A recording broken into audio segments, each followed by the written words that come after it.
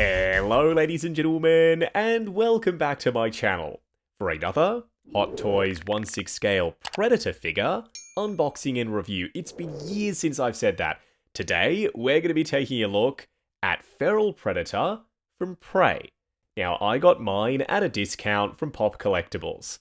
I've popped a link to their site in the description, along with the discount code Justin's Collection, for 5% off your order if you decide to buy from them. As always, do your own research, make sure you're comfortable before buying. If you're heading down to the description, why not hit that subscribe, bell notification icon, and join button, so you're notified as soon as brand new Predator content goes live on the channel. You know, it's funny how things change. Back in the day, Hot Toys weren't known as the die-cast Iron Man company, or the Spider-Man figure company, or the Star Wars figure company. They cut their teeth in the action figure industry, making Predators. Model kits, specifically. You had to put the darn things together. They've come a long way since then, but it's been years since we've looked at a new Hot Toys Predator. Far too long, in my opinion. This box is beautiful. As for the box art, it's got this brown and then the green for the blood vibe going on. It absolutely works for me. There's a pop of red for the targeting system for the Biomask up front. There's this textured finish all over the place. Then there's certain glossy sections. Prey movie logo up top, and the Predator's name at the bottom. This video is brought to you by JustinsCollection.shop, the home of the figure first aid kit, as well as other accessories to help your collection be the best it can be. The first aid kit contains multiple tools to help you with maintenance, styling rooted hair, and much more. We also sell crotch grabbers, soft rubber tips to prevent damage, and they're compatible with most modern Hot Toys base molds. Acrylic risers come in multi-packs. They're optically clear, thick and sturdy, and stackable. Check out the link to JustinsCollection.shop in the description. It's a large box too. It's pretty sizable, so yeah, I'm getting really excited to see how big the Feral Predator actually is in person. Around the back, some glossy green Predator blood at the bottom, then straight through the middle, warnings, legal information, and their store locations. Stupid me, I was late to the Hot Toys Predator game. I've got a few of them now, but I still don't have Berserker Predator, and I'm thinking about picking that one up.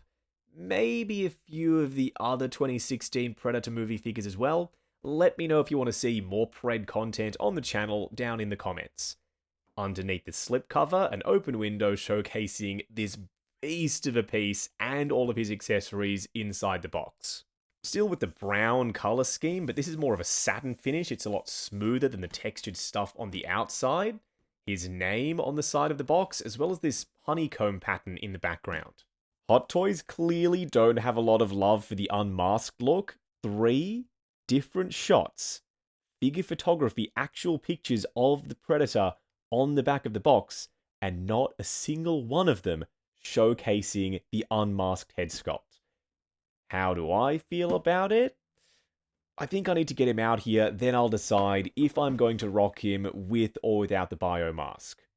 It's just because I'm not sure how I feel about the unmasked look yet. When a Predator has a Biomask that looks as sick as Feral's does, I feel like you've got to use it, but first in-hand impressions for Feral Pred?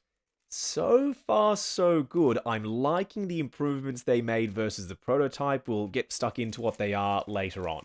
What we're going to do now is get all of his accessories laid out in the light box and take a closer look at everything he comes with. Starting off with the display base first. Look, I'm going to be totally honest. I'm of two minds about this thing because on one hand, it is bloody beautiful to look at. It's chock full of sculpt work and detail and textures.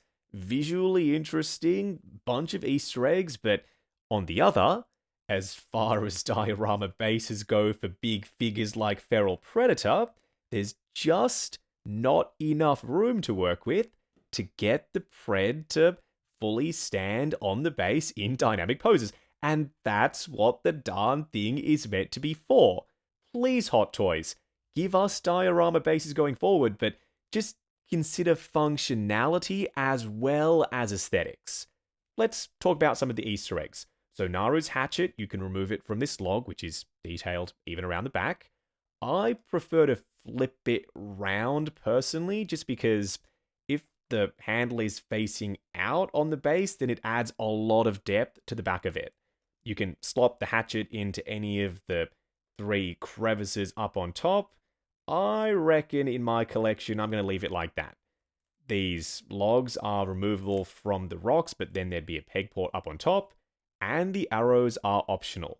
The little pegs they slot into are small enough that even if you took them out, I don't think you'd ever notice them. Up top, we've got a flight pole arm and a spring-loaded waist clamp.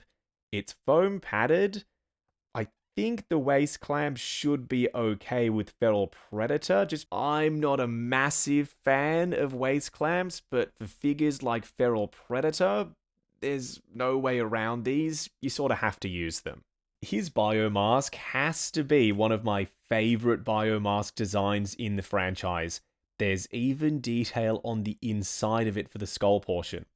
There's these silver painted techie bits around the outside, some red paint in the crevices, and the targeting system does light up. There's a connector on the end of this cable. I'll show you how that works a little bit later. It attaches to his head sculpt with magnets, and there's a foam pad on the inside to protect the paint applications on his face. I'm really keen to try out both sets of mandibles. They work unmasked and masked, so you can use them no matter what, biomask or not. The sculpt work is good for the skin texture and the wrinkling, but on the inside of the mouth, it looks a little bit soft. I don't think that's the fault of the sculpt work. It's probably down to the thick, heavy gloss coat Hot Toys applied over the top of it. What's a Predator without his weaponry? This shield, it attaches to his gauntlet with this peg on the back. Maggots would have been cool. They've used magnets elsewhere, so no complaints really about that. It comes across as though it's a segmented thing, like it would unfurl, which it does in the film, but in 1/6 scale, it's just static.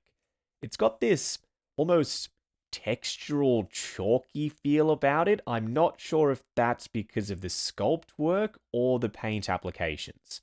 Silver dry brush in the middle, then this rusty reddish brown around the outside, and for this centerpiece.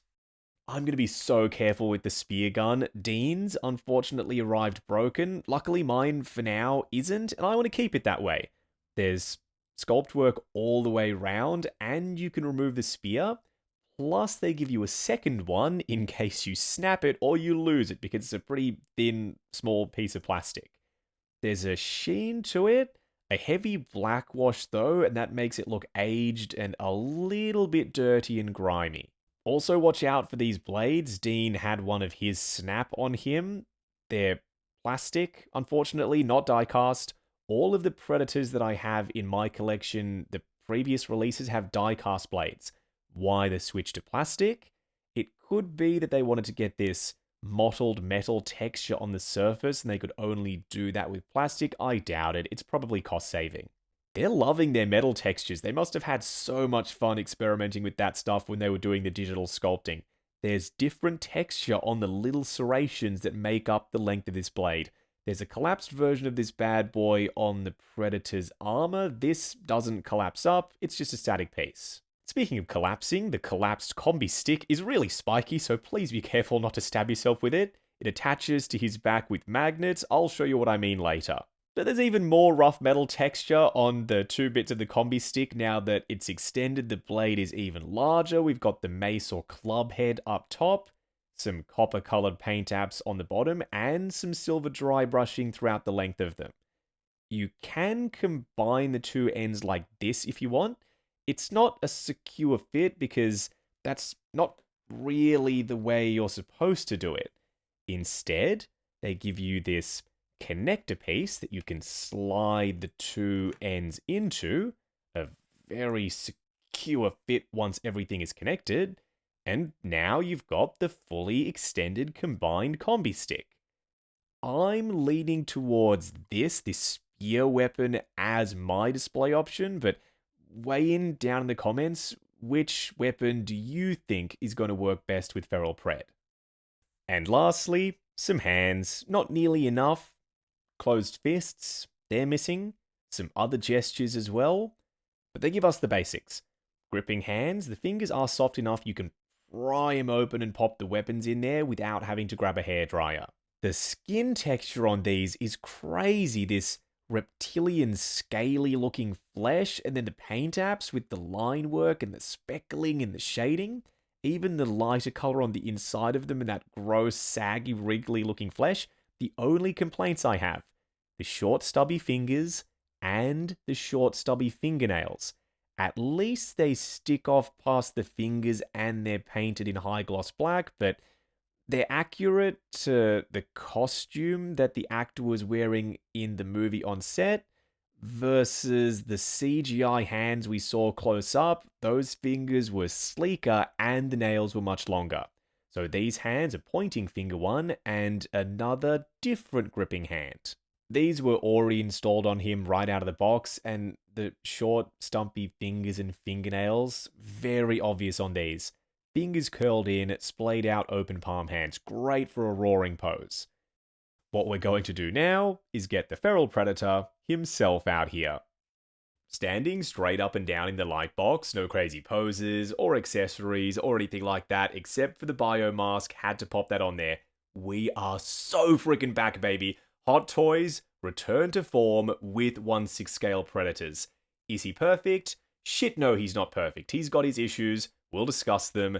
But simply standing there, the presence is undeniable. The sculpt work, the paint applications, the detail that's showing through is breathtaking. There are inaccuracies, a couple of things they could have improved on, but they did make improvements versus the prototype.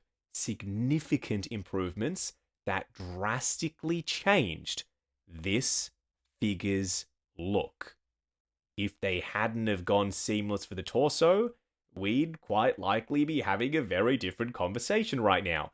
You all know me, I'm not a fan of seeing visible joints. While there are some here, they're not in areas that ruin this piece for me, and with him already being this good, and no weapons are attached to him yet, as we start to armor him up, I've got a feeling he's only going to get better and better. Up close and personal, kicking things off with Predator's head sculpt, but mostly the Biomask, which we're about to take off. Before we do, let's admire the way he looks with it on. Seeing the mandibles sticking out from underneath the Biomask is such a unique look for a Predator. We got similar stuff in the comics, but in terms of live action, most of the time the Biomasks cover everything, including the mandibles. Speaking of them, I'm not sure about the red. Dean Knight, affectionately, I think, calls these pepperami sausages with the bright red. He repainted his mandibles. I'm tempted to do that on my copy. The mask itself is attached with a magnet, relatively loosely. There's a bit of wiggle room to it, but I mean, if you bump this, it slots in and around the mandibles at the front. It doesn't seem like it's going to fall off too easily. We'll discuss the light-up effect later on, but removing it, that is one ugly motherfucker. I don't know how I feel about this. On screen, I wasn't immediately enamored. In 1/6 scale, it is mean, I'll give it that, and it looks accurate. The red shading, this bright orange, the patterns all look good. These almost quills that are sculpted into the surface, the sunken in eyes, the open mouth. It's a fierce sculpt. It's just not my favorite look for an on-screen Predator. The Jungle Hunter, City Hunter, even Berserker, Wolf Predator, Scar Predator, they were all different and I love every single one of them. This, I'm still yet to come round on. From side on, that's a little better, with the deep set eyes peering out from underneath this brow hump thing, and it allows that gloss on the surface to shine. Pun intended, I'm so sorry.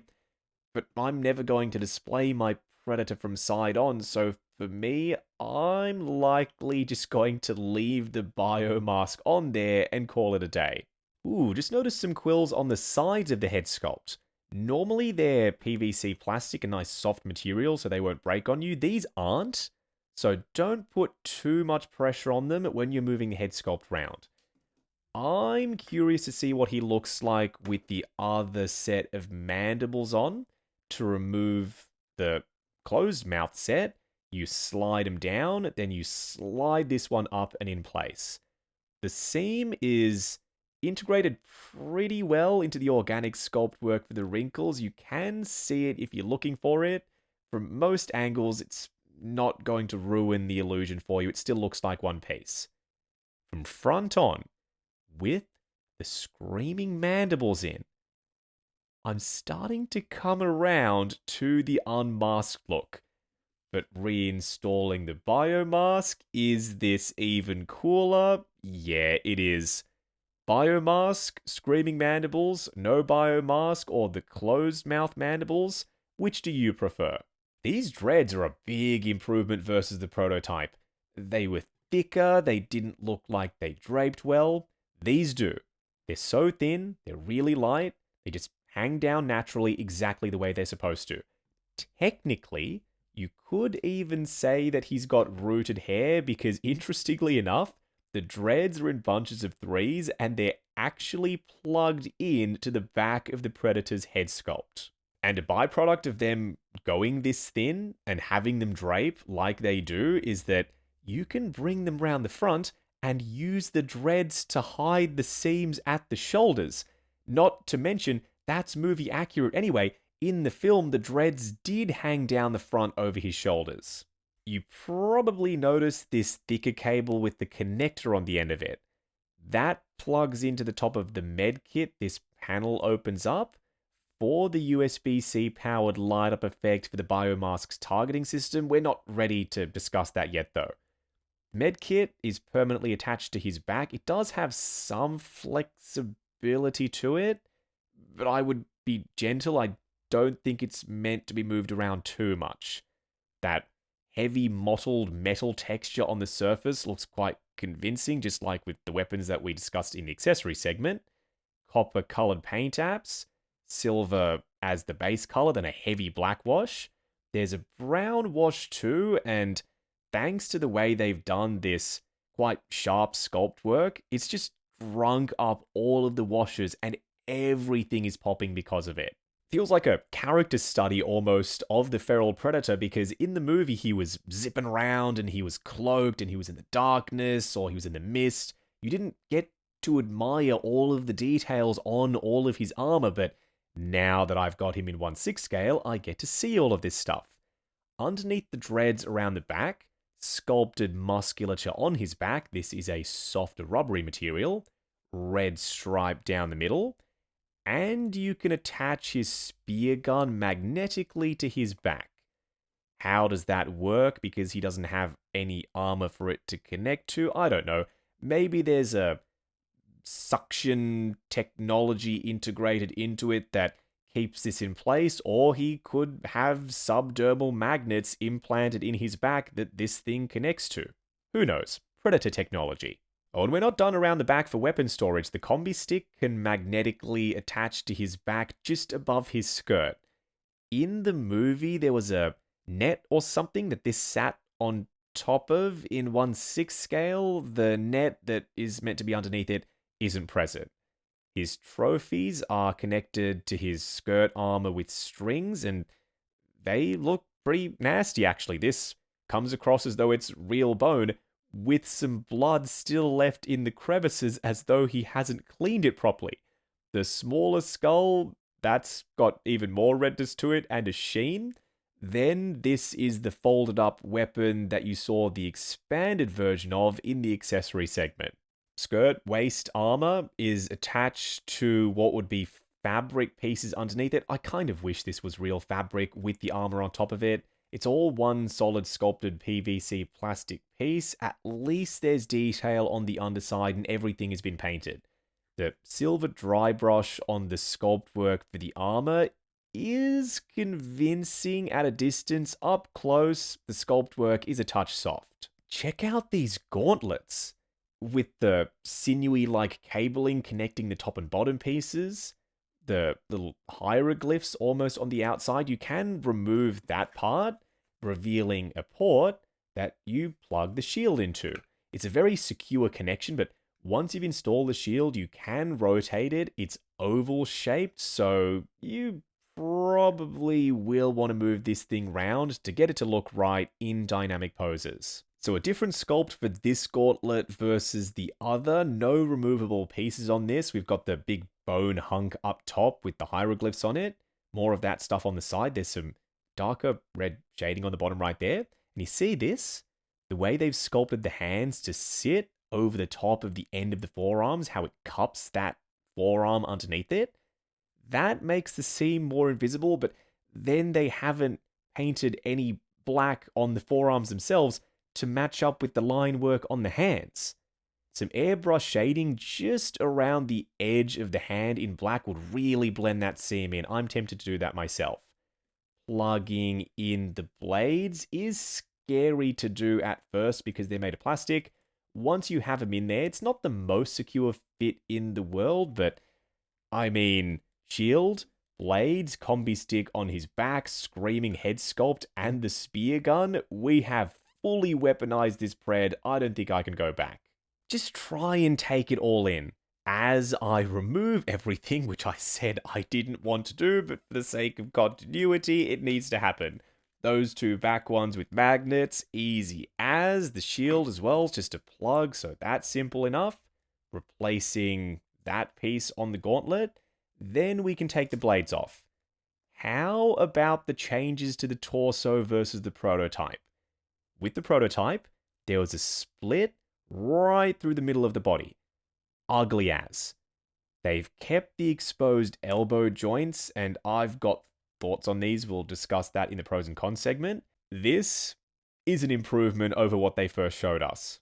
It enables the sculpt work for the muscles and the vein work and the skin texture and the scarring to shine uninterrupted without a cut across the body. This was the right call. We'll see how it impacts articulation in the articulation segment. These quills up top, they're pretty spiky and more rigid than I was expecting, like the quills on the head sculpt. They forgot to add them to the shoulders. You could do something yourself to get them on there. You really shouldn't have to. No idea who first tried this, but I saw it in the blogger pics, then Dean tried it in his video. If you wedge one of the display base arrows into the gap between the arm and the body in that shoulder joint there, then hide the seam with his dreads, it's some extra storytelling that might not be necessary for some. I don't mind having it stick out there, even from around the front you can see it, and it's not going to damage the figure in any way if you leave it there. I've got some complaints with the feet. Not many, they are not deal breakers, I want to stress that. So you're going to hear me moan about the wraps and the toes. Just take it all with a grain of salt. This stuff might not bother you.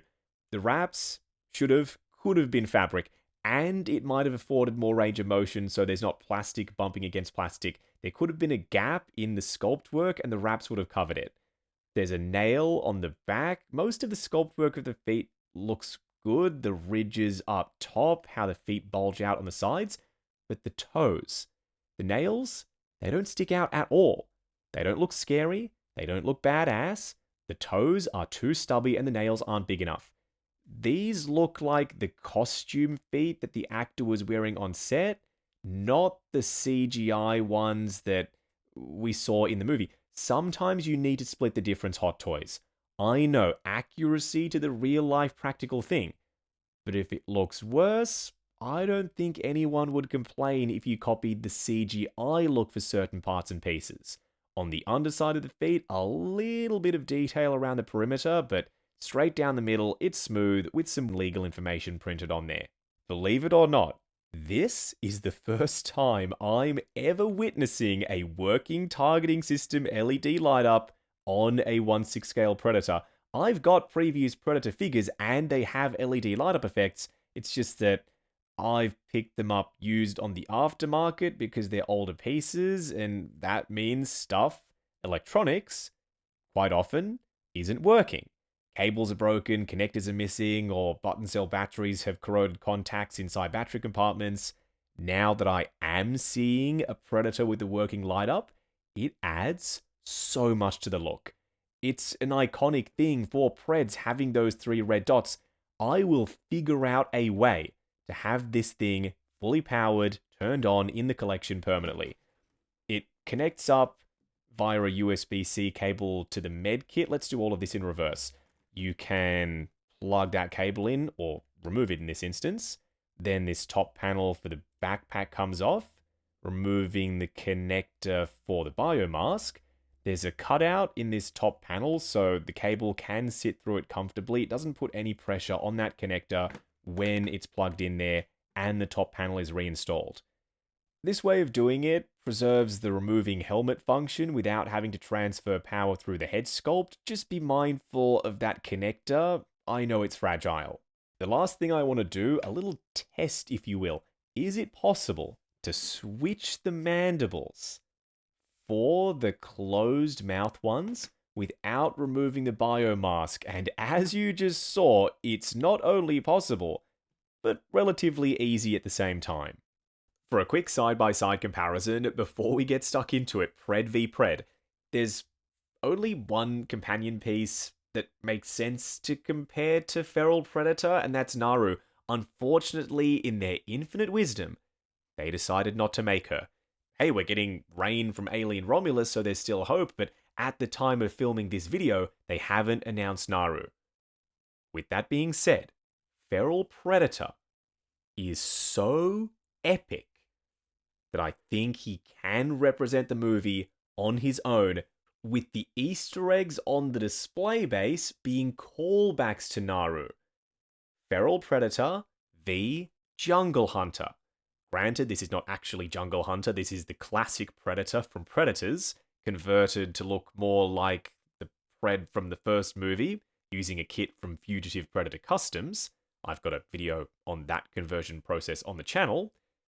I knew Feral Predator was big, but I was not expecting him to tower over the Jungle Hunter the way he does. He makes the OG look tiny.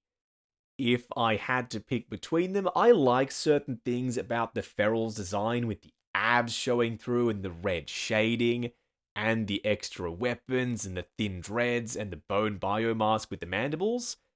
But nothing can touch that original Predator look, at least not for me.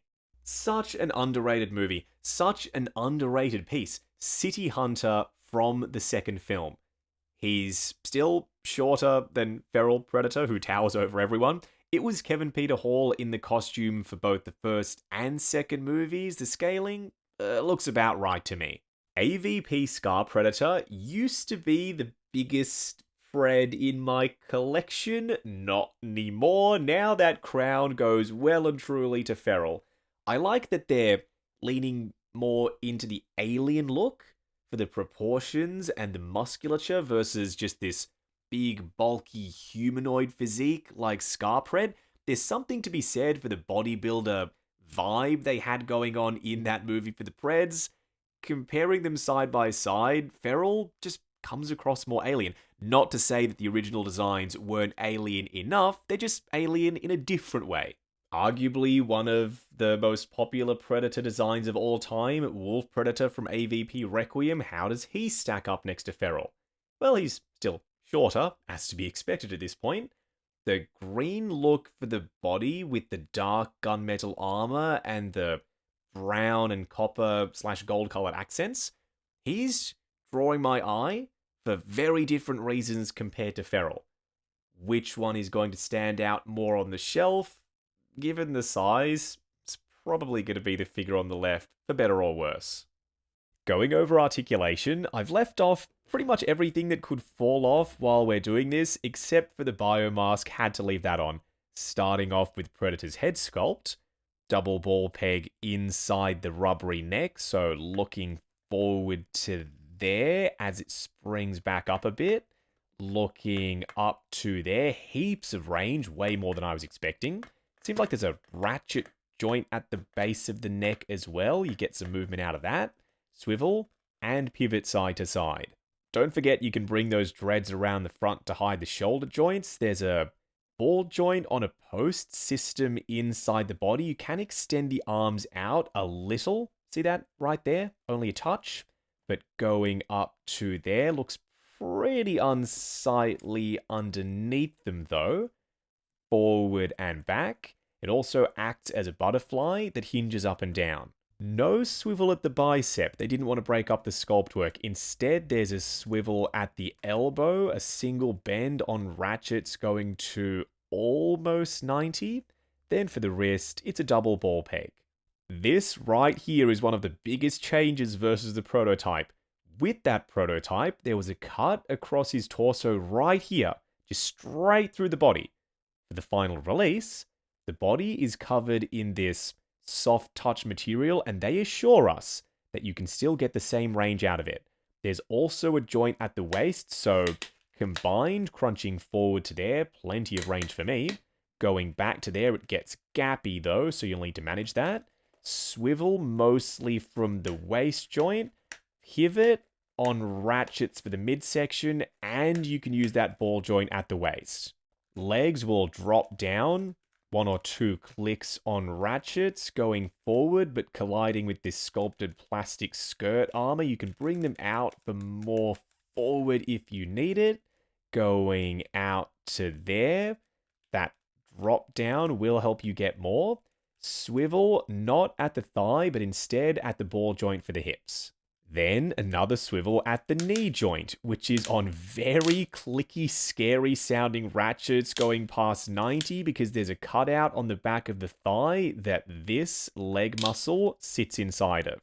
Lastly, for his feet, hinge and swivel underneath this split cut for the wraps, good for forward and back and rotation. You can get ankle tilt out of that joint, but to access it, you'll need to rotate that hinge and swivel so it's facing left and right. Then you'll be able to get maximum ankle tilt. Moving on to the 3 cool and 3 annoying things. The first annoying thing is, please Hot Toys, quit it with the plastic blades. You used to give us die-cast Wolverine claws and die-cast katanas and die-cast Predator blades. Now you're making everything out of plastic. At this price point, not acceptable. Bladed weapons should be made out of metal for durability, and to stop them from warping like this. Plastic, much more fragile and prone to warping. The second annoying thing is the visible joints at the elbows and down here for the knees. These ones not so much because they sort of blend in with the sculpt work, but I've seen NECA do a better job of visible joints than Hot Toys. Why are they so glossy? Why are they so chunky? Add some sculpted skin texture on the surface, a little bit of paint on the pieces that won't rub up against other bits and flake off over time, and then they'd look a lot more seamless than these do. The third annoying thing is they forgot to add the quills on his shoulders. These spikies around his collarbone area, they're meant to extend onto his shoulders, and with Hot Toys Feral Pred, they're simply not there. The first cool thing is the changes they made to the body and the dreads. They went a lot thinner and rubber for these dreads. They just flow and sit there so naturally. And they got rid of the split at the torso, making him look significantly more seamless. The second cool thing is the USB-C powered light up for the targeting system on the Biomask. Think of Predator, think of the 3 dots for the targeting system. The only thing that could make this cooler is if those LEDs were actual lasers they would project onto walls and other figures in the collection. Having it USB-C powered though means that you can plug it into a power supply and have those LEDs turned on permanently in the display. The third cool thing, I was umming and ahhing about this one because people have their issues with this base. I've got my issues with it. As far as diorama bases go, it's not very functional. But the aesthetics, the textures, the paint apps, the weathering, the modular little Easter eggs, the scene-specific bits and pieces set this over the top for me. So I'm going to stick by it. The third cool thing is the diorama display base. Wrapping up on Feral Predator from Prey by Hot Toys, get this. It's got issues, it's got inaccuracies. We've been through all of them. No need to discuss them again in the conclusion segment. This figure, solos for Prey, no problem. If we get Naru, will I pick her up? Yeah, of course I will. But for now, he can represent this movie on his own on the shelf. There's presence. There is so much presence. It's tangible. Surely you can feel it coming through the lens. Then when we get to the paint applications, it's layered. There's different colors and sheens and finishes. Plus the accessories. So many weapons, so many options. The LED light up effect with the mask that actually works this time for me, and it's powered by USB-C, you can leave it on. Countless upsides here. There are downsides, I don't want to dismiss them. They're real. But he does so many things well, I can almost forget all about the problems I have. On display, this will be a masterpiece of a Predator figure. He's going front and center in my Predator collection on the shelf. Now, I got mine at a discount from Pop Collectibles.